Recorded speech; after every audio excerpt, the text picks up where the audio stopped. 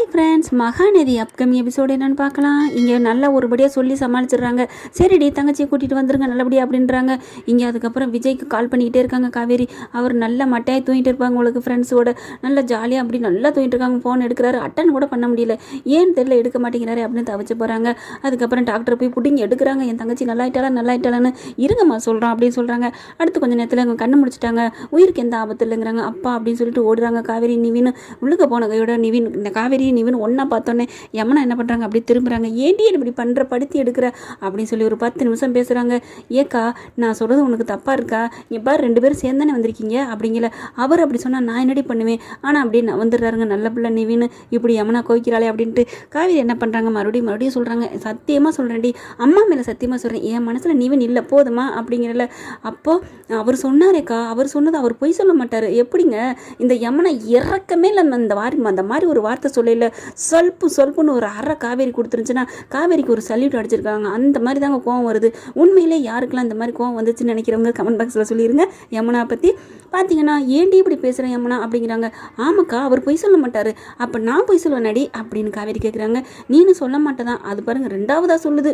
ஆனால் நிவின் பொய் சொல்ல மாட்டார். இவங்க பக்கத்துலேயே பாய் போட்டு உட்காந்துருந்தவங்க மாதிரி நிவின் பொய் சொல்ல மாட்டார். என்னடி கதை விட்ற, கம்பி கட்டுற கதை, உனக்கு எத்தனை வருஷமாக தெரியும்? ஆனால் காவேரி பிறந்ததுலேருந்து தெரியும் அவள் தங்கம்ங்கிறது. ஆனால் எங்களுக்கே தெரியுது, உனக்கு தெரியலையாடி அறிவு கட்ட நாய் அப்படின்னு தான் தோணுது.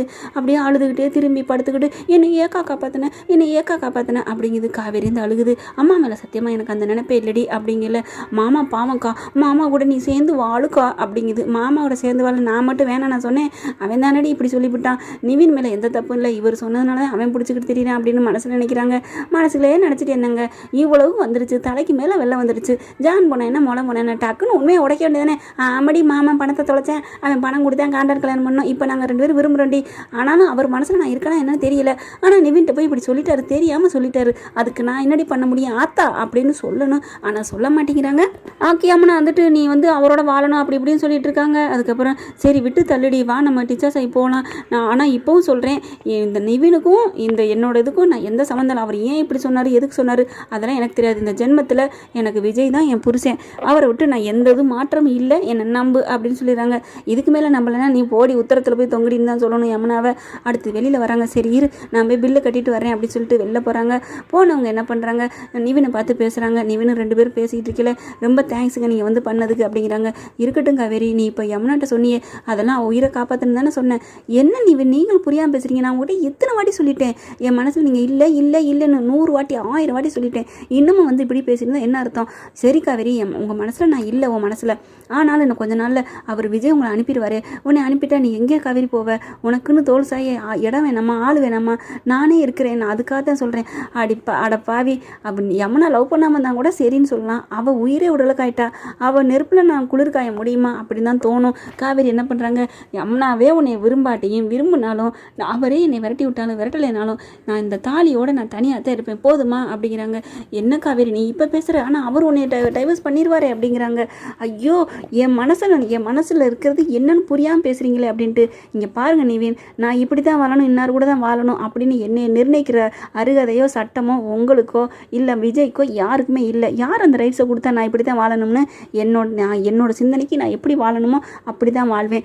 அதனால நான் அவர்கிட்டே சொல்லிட்டேன், இந்த தாலியை மட்டும் எனக்கு கொடுங்கன்ட்டு. சரின்னு சொல்லிட்டாரு. அப்போ தாலி ஒன்று பார்த்தாதான் நான் தாலியோடு வாழ்ந்துட்டு போகிறேன் அப்படின்ட்டு டக்குன்னு அங்கேருந்து கிளம்புறாங்க. நிவின் நினைக்கிறாங்க, நீ போ காவேரி, என்னைக்கு இருந்தாலும் அவர் உன்னை டைவர்ஸ் பண்ணிடுவார், அப்போ நீ தனியாக நிற்ப. நான் இவ்வளோ நாள் பொறுத்துட்டேன், இன்னும் கொஞ்ச நாள் பொறுக்கிறேன்னு மக்கு மடசாம்பிரான்னு நினச்சிக்கிட்டு இருக்கு. ஆனால் நீ நல்லபடியாக அவரோட வாழ்ந்தா எனக்கு ஒன்றும் பிரச்சனை இல்லை அப்படின்னு அதையும் நல்ல பிள்ளை நிவின் நினைக்கிறாரு. அடுத்து டிஸ்சார்ஜ் ஆகி வீட்டுக்கு வந்துடுறாங்க. வந்ததுக்கப்புறம் எங்கேடி பார்ட்டிக்கு போகிறேன்னு சொல்லிட்டு இப்படி வந்திருக்கீங்க, டயர்டாக இருக்கீங்க. ஆமாம்மா ராத்திரிலாம் அப்படியே கண்ணு முடிச்சு நல்லா ஃபங்க்ஷன் கொண்டாடணுமா, அதனால தான் அப்படிங்கிறாங்க. விடிய தூங்கலம்மா, நல்லா என்ஜாய் பண்ணணும் அப்படிங்கிறாங்க. யமுனா மட்டும் அப்படி சோகமாக இருக்காங்க. ஏன்டி இன்னமும் ஒரு மாதிரியாக இருக்கா, அவளுக்கு என்ன பிடிக்கல, மாமாவுக்கா வந்தா அவன் சோகமாக இருக்கா, என்ன பண்ண சொல்கிற அப்படிங்கிறாங்க. ஒரு வழியாக காவேரி பாவம் எல்லாத்துலேயும் சமாளிச்சிடுறாங்க. அதுக்கப்புறம் அங்கேருந்து கிளம்புறாங்க. சரிம்மா பார்த்துக்கோ, யமுனா பார்த்துக்க அப்படின்னு சொல்லிட்டு யமுனா நல்லபடியாக நேற்று நல்லா ஜாலியாக என்ஜாய் பண்ணோம், நான் எவ்வளவோ சொல்லிட்டேன் புரிஞ்சுக்கோங்க அப்படிங்கிறாங்க. சரிங்கிற மாதிரி மண்டையை ஆட்டுறாங்க. ஆனால் நல்லபடியாக படிக்கணும், நான் வர்றேன் வீட்டுக்கு போயிட்டு அப்படின்னு சொல்லிட்டு அங்கேருந்து கிளம்புறாங்க. என்னங்கடி பேசிக்கிறேன், நீங்கள் தவிச்சு போயிருக்காங்க. அங்கே போகிறாங்க விஜய் பார்க்குறதுக்கு. வேணா நம்ம வீட்டுக்கு போய் ஆகணும் இல்லையா, அங்கேருந்து தங்கச்சியை விட்டுட்டு அங்கே போகிறாங்க. அங்கே விஜய் என்ன பண்ணுறாரு, அங்கே வந்துட்டார் வெள்ளனே. எங்கே போன அப்படிங்கிற மாதிரி கேட்குறாங்க காவேரி பார்த்து. பார்த்து அப்படியே முழிச்சிட்டு இருக்காங்க திருன்னு. நான் ஃபோன் அடிச்சேன்னு நீங்கள் ஏன் எடுக்கலை அப்படிங்கிறாங்க. ஃபோன் அடிச்சியா? நான் இன்னும் பார்க்கவே இல்லையே அப்படின்னு சொல்லிட்டு ஃபோன் எடுத்து பார்க்குறாரு. ஐயோ என்ன இத்தனை ஃபோன் அடிச்சிருக்க அப்படின்னு சொல்லி கேட்குறாங்களா. அப்படியே ஒரு மாதிரியாக பார்க்குறாங்க. உடனே ராகி நின்றுட்டு நேற்று தான் அர்ஜென்ட் அங்கிட்டு ஓடினாலே ராத்திரி எங்கே ஓடினான்னு தெரியலையே அப்படின்னு காவேரியை பார்க்குறாங்க விஜய். அப்படியே முறைச்சி பார்க்குறாங்க ராகினியை. அப்படியே காவேரி என்ன காவேரி எங்கிட்டு ஓடினேன் அப்படிங்கல. எதாக இருந்தாலும் நான் மேலே வந்து சொல்கிறேன் வாங்க அப்படி சொல்லிட்டு கூட்டிகிட்டு மேலே போயிடுறாங்க. ஓகே ஃப்ரெண்ட்ஸ், பார்க்கலாம் என்ன நடக்க போகுதுன்னு. உங்கள் பொண்ணான கையில் ஒரு லைக்கை போட்டு சப்ஸ்கிரைப் பண்ணிடுங்க. Thank you friends.